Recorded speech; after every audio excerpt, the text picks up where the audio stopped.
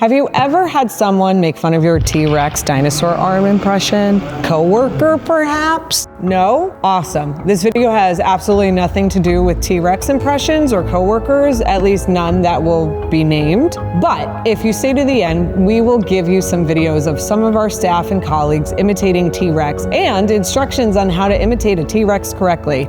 Yep, there's apparently a correct way to do that.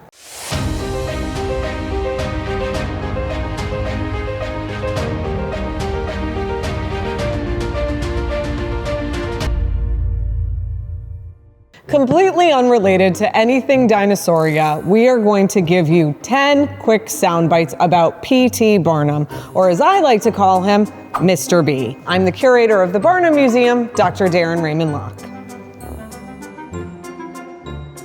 People tend to think of P.T. Barnum as a showman and specifically associated with the circus.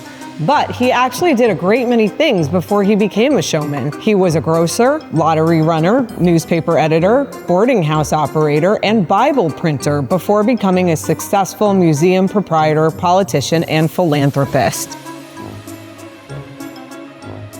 Barnum did not get into the circus business until after he retired. He started the greatest show on earth at the age of 61.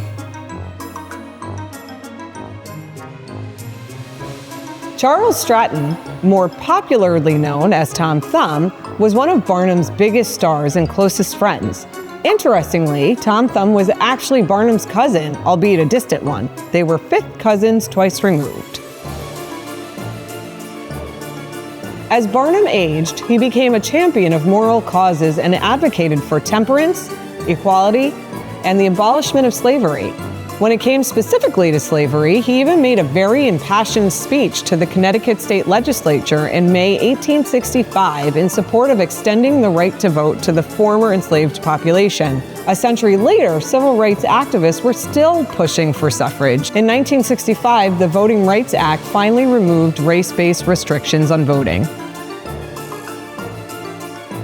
Barnum felt strongly about freedom of speech, so much so that he ended up going to jail for libel. In 1832, there was a trial following an anti-clerical article published in Mr. B's newspaper, the Herald of Freedom. He was convicted, but don't worry, Mr. B left jail in style and threw himself a parade upon his release. While opera wasn't unfamiliar in America, Barnum played a significant role in popularizing it for the general public. He introduced Swedish opera singer Jenny Lind to the American audience. During the 1850s, her celebrity and gross ticket sales made her financially more successful than even Taylor Swift. Mr. B was pretty famous in his own right and had friends like Mark Twain and rubbed shoulders with Queen Victoria and Abraham Lincoln. Mr. B introduced the aquarium to America in 1854 and constructed the first ocean and river garden in his American Museum. The museum eventually was given a 40 by 18-foot holding tank which held 2 beluga whales. They upstaged the hippopotamus, whose exhibit moved to the basement. Although he had a significant impact on urban development in Connecticut, Mr. B created Barnum's Roman Hippodrome, which was the first Madison Square Garden in New York City.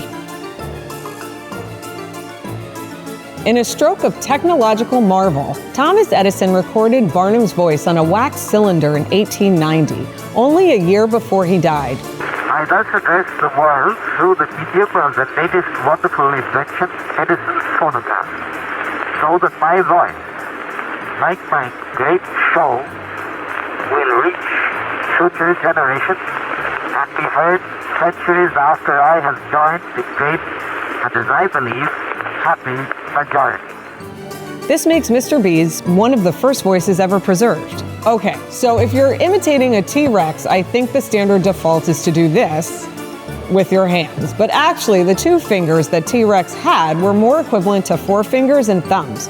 So in theory, it's more like this.